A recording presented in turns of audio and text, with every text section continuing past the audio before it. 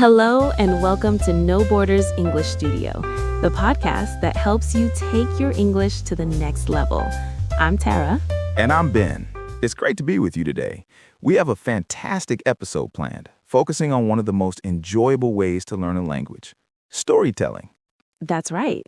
Reading stories helps you see vocabulary and grammar in action, making it much easier to remember. Today, Ben will be reading a short story called The Whiskered Stranger. After the story, we'll dive in and break down some key vocabulary and interesting grammar points to help you expand your English skills.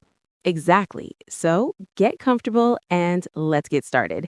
Ben, take it away. Arthur's life was a predictable rhythm, a monotonous cycle of waking, working, and sleeping. He lived in a bustling city, yet he rarely noticed its vibrant pulse. To him, the streets were just paths from his apartment to his office, a gray blur outside his window. One Tuesday afternoon, that rhythm broke. A flash of orange fur darted across his path. It was a cat, sleek and well-fed, with a small silver bell on its collar that tinkled softly. It looked utterly lost. Arthur, who hadn't stopped for anything unexpected in years, hesitated. The cat looked up at him with wide green eyes. He knelt, reading the small tag. Leo, call Mrs. Gable, it said, with an address. For the first time all day, Arthur felt a purpose that wasn't tied to a deadline. He decided to walk to the address, which was only a few blocks away. On his walk, he discovered alleys and small parks he had never noticed before. He saw a mural painted on a brick wall, a riot of color he'd always missed. He found Mrs. Gable's apartment, a cozy-looking place with a bright blue door. An elderly woman answered, her face etched with worry, which melted into relief when she saw Leo. "Oh, you found him. He's a little adventurer." Arthur simply nodded, handing the cat over.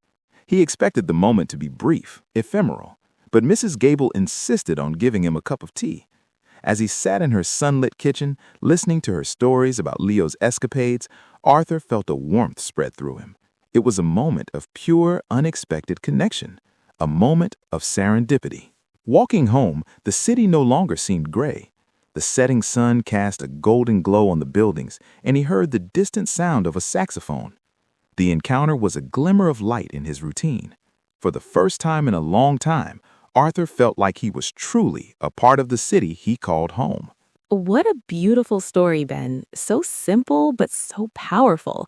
It really shows how a small change in routine can change our entire perspective. Exactly, and it's packed with some excellent vocabulary for our listeners. Shall we start with our vocabulary breakdown? Let's do it. The first word that stands out is bustling. The story says Arthur lived in a bustling city. What does that mean, Ben? Bustling is a great adjective. It means a place is full of activity and energy. Think of a busy market or a major city center during rush hour. Lots of people, lots of movement, lots of noise. That's a bustling environment. Right, so you could say the streets were bustling with holiday shoppers. Perfect example. Now, the story contrasts that with Arthur's life, which is described as monotonous. Monotonous. This word means dull, repetitive, and lacking in variety. It has a slightly negative feeling. His life was the same thing every single day. That's it. If a task is monotonous, it's boring because you do it over and over. For example, working on an assembly line can be monotonous. Okay, let's move to a more advanced word used in the story, ephemeral. The text says he expected the moment to be brief, ephemeral. This is a beautiful word. It really is. Ephemeral means lasting for a very short time, fleeting or momentary. Think of things like cherry blossoms in the spring or a rainbow after a storm. Their beauty is ephemeral. That makes sense. So Arthur thought his interaction with Mrs. Gable would be over very quickly, but it wasn't. And that led to another fantastic word, serendipity. The story describes his connection with her as a moment of serendipity. One of my favorites. Serendipity is the act of finding something good or pleasant by chance when you weren't looking for it. It's like a happy accident.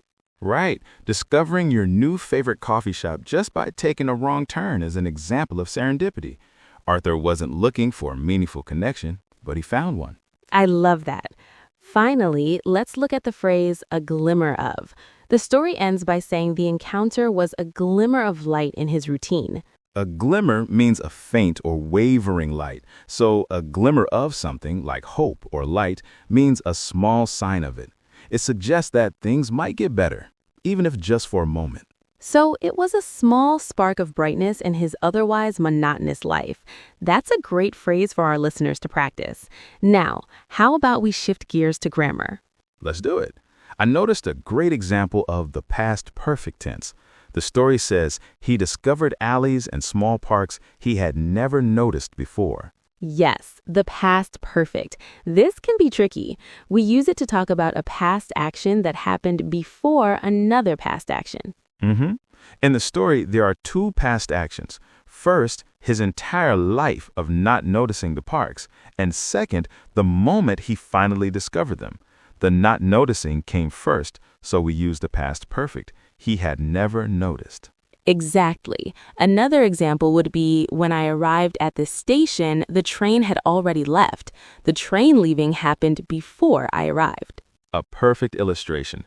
Reading stories is a great way to see tenses like this used naturally. Definitely. What else did you notice, Ben?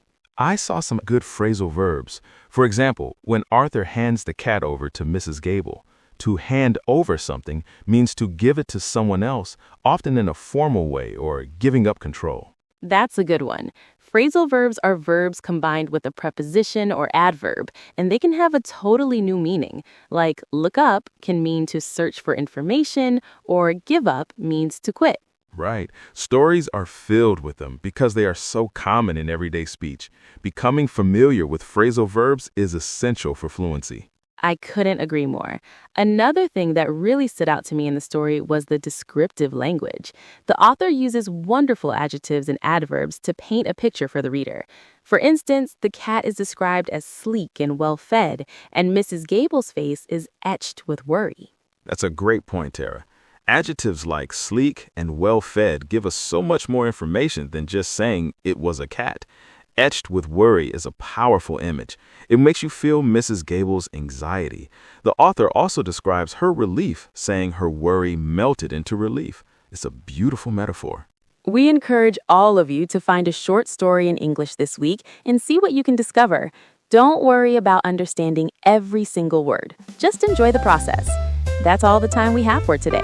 Thank you for joining us at NoBorders English Studio. Until next time, keep learning and stay curious.